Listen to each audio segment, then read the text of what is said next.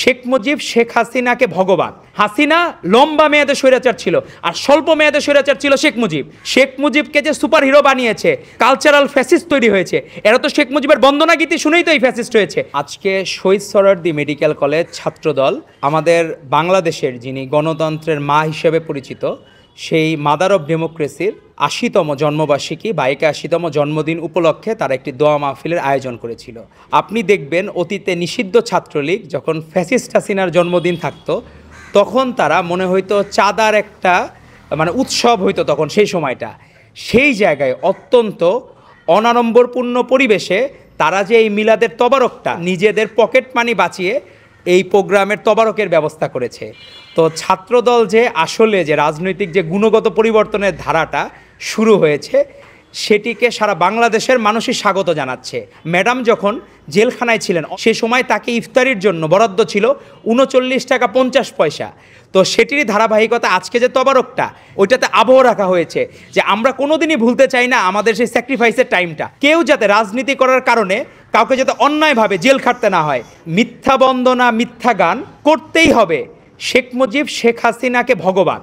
তো মানুষজন যে তাদেরকে ভগবান লেভেলে নিয়ে যাওয়ার যে চেষ্টা, আমরা দেখলাম যে এসবি, যেটি স্পেশাল ব্রাঞ্চ মানুষকে নিরাপত্তা দিবে, তারা যে কাজটি করেছে, জাবেদ পাটোয়ারির মতো লোকজন যে বিসিএসে ফার্স্ট হয়েছিল।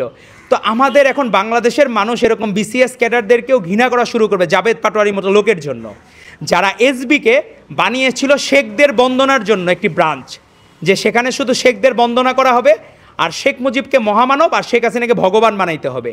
এই চেষ্টায় তারা লিপ্ত ছিল। এসবি যেখানে ১২৩ জন অফিসারকে জাবেদ পাটোয়ারির নেতৃত্বের মূল কারিগর ছিলেন সালমান এফ রহমান। এই দরবেশ বাবারা তারা আসলে বাংলাদেশের মানুষকে গুম করত, তাকে শারীরিকভাবে আর মানসিকভাবে একটা দেশকে কিভাবে গুম করা যায় তার নিদর্শন রেখেছে এই এসবির যারা দায়িত্বে ছিল এবং পুলিশের যারা দায়িত্বে ছিল। তাকে পুরস্কার স্বরূপ আইজিপি করা হয়েছে।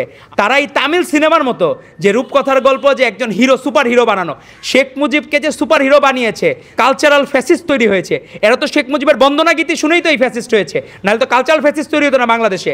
শেখ মুজিবের এখনও যারা বন্দনা করে, ফ্যাসিস্ট বলতে আপনাদের গায়ে লাগে কেন? হাসিনা লম্বা মেয়াদে স্বৈরাচার ছিল, আর স্বল্প মেয়াদে স্বৈরাচার ছিল শেখ মুজিব। দুজনই তো স্বৈরাচার। আপনি এক স্বৈরাচারকে আপনি মহামানব বানাচ্ছেন, আপনি ভবিষ্যতে হাসিনাকে মহামানব তার একটু সময় পাইলে। হাসিনার আর ডটার স্টেল পুরাটাই বানোয়াট গল্প। এজন্য গাঁজাখুরে গল্প, অসমাপ্ত আত্মজীবনী, কারাগারে রোজ নামচা, যেগুলো পাঠ্য বইয়ের মতো করে পড়ানো হইতো, সেগুলো টোটালটা বানোয়াট গল্প। যে এখানে মেধার বৃত্তি, মেধার চুরি এবং বিকৃত মেধা যে শিক্ষা দিল, তাদেরকে প্রত্যেককে বিচারের কাঠগড়ায় দাঁড় করে শেখ মুজিব এবং শেখ হাসিনা বন্দনা করে তাদেরকে ভগবান বানানোর চেষ্টায় যারা লিপ্ত ছিল, তাদের প্রত্যেককে বিচারে আনতে হবে। বিভিন্ন লেভেলে যারা উপদেষ্টা আছে, তারা হাঁসের মাংস খাওয়ার বদলে, কক্সবাজার ঘোরার বদলে বাকিদেরকে অনুরোধ করব তারা যাতে এই